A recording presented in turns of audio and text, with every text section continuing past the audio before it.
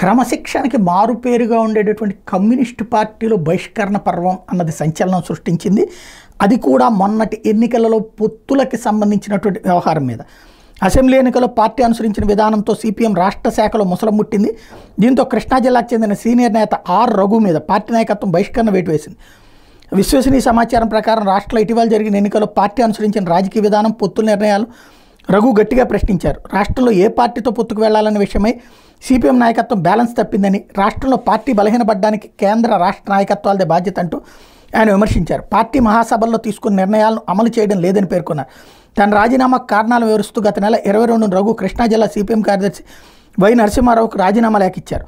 రాష్ట్ర కార్యదర్శి వి శ్రీనివాసరావుకి కూడా ఓ ప్రతిని పంపించారు. ఆయనతో సిపిఎం రాష్ట్ర నాయకత్వం చర్చలు జరిపిన ప్రయోజనం లేకపోవడంతో పార్టీ నుంచి బహిష్కరించింది.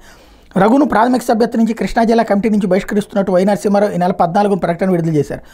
మరోవైపున సిపిఎం నుంచి బహిష్కరణకు గురైన రఘు విప్లవ లక్ష్యంతో పనిచేసే శక్తులతో కలిసి కొత్త పార్టీ నెలకొల్పే దిశగా అడుగులు వేస్తున్నారట.